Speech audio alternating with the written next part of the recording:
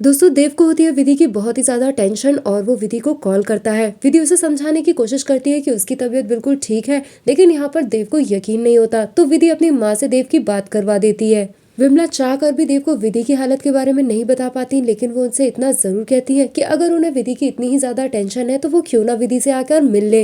ये सुनते ही देव को अपने कानों पर यकीन ही नहीं होता, लेकिन विमला देव को एश्योर करती है कि देव आकर विधि को पिकअप कर सकता है। अब ये खबर मिलते ही देव और विधि की खुशी का ठिकाना ही नहीं रहता, लेकिन यहाँ पर विधि को याद आ जाता है कि उसके पापा ये जानकर बहुत ही ज्यादा नाराज होंगे। तो विमला विधि को उन दोनों की शादी से पहले की मुलाकातों के बारे में बताएगी, जिसे सुनकर विधि को यकीन ही नहीं होगा कि उसके पापा भी इस तरीके से किया करते थे। तो विमला विधि को समझाएंगी कि इस उम्र में ऐसा ही होता है। जब विधि देव से मिलने के लिए जाएगी तो वो काफी ज्यादा लेट होगी, और ये बात देव विधि को अपनी घड़ी की तरफ इशारा करके बताएगा। विधि देव को सॉरी बोलेगी और दोनों बालघर के लिए निकल जाएंगे। बालघर जाते ही देव विधि को अपनी बनाई हुई स्पेशल चाय ऑफर करेगा। बालघर के अंदर एक टी स्टॉल होगा जो कि देव ने विधि के लिए ही स्पेशली लगवाया होगा, और उसमें देव अपने हाथों से विधि के लिए चाय बनाएगा। विधि देव को एप्रन पहनने में हेल्प करेगी, तो वहीं चाय बनाते बनाते देव विधि में ही खो जाएगा, और विधि देव का हाथ रोककर उसे ये बताएगी कि उसने चाय में जरूरत से ज्यादा शुगर क्यूब्स डाल दी हैं। दोनों साथ में बहुत ही ज्यादा अच्छे लग रहे होंगे और इस मूवमेंट को बहुत अच्छे से एंजॉय भी करेंगे।